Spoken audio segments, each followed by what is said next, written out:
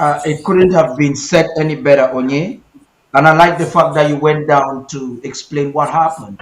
We just coming from a mysterious ascent of the Bamenda main market, and now again, all fingers are pointing to the same perpetrators of the same evil on our people. So before I even get to you, Professor Table, you'll be giving your concluding statement to tell us these aspects, which I would really like you to address extensively again. I want to come back to you, Barrister Fu and Barrister Mbeseha.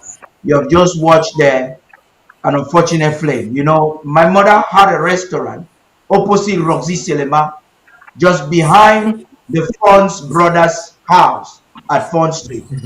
It is heartbreaking to see this street burnt down to ashes.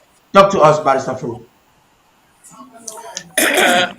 The fire in Pond Street, we are not looking very far. You know, when the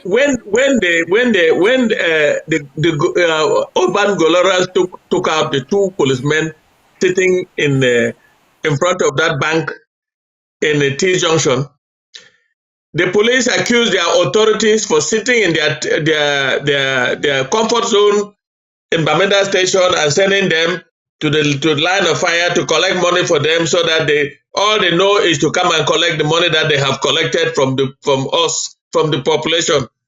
They are not fighting separatists. They call it the Zambazoni. And the following day they came and started mayhem from T Junction. They were shooting in the air, harassing traders, harassing the population, and before you know it, they set that fire in Font Street. That fire was set by police, the angry, frustrated police officers of Bamenda. And I want to see somebody disagree with me, because that is because they came back the following day and started harassing the whole population, shooting in the air, burning places, trying to scatter some shops from that T junction down to Pond Street, and effectively they ignited a fire in Pond Street that took out so many shops, and that is out of frustration. They should know that their lives are not inside Bamenda town. They can do whatever they can do. They have burned down Bamenda main market. It has not worked for them. Neither would Pond Street work for them. But they should know that they should pack and leave Bamenda town. Barrister Mbeseha, please.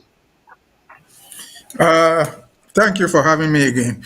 Let me just go back to what Professor Table said before I get to this segment. What we can say of a Momo is that all we need, if everybody is like me, is a promise from Momo, one promise from them, that Momo has risen to fall no more. They fell yesterday, they have risen, they will not fall anymore. Over to this segment of the fire. It is by extension part of this guerrilla urban warfare strategy. Now, they can burn down the whole market for whatever reason, because two of their brothers were killed or things like that.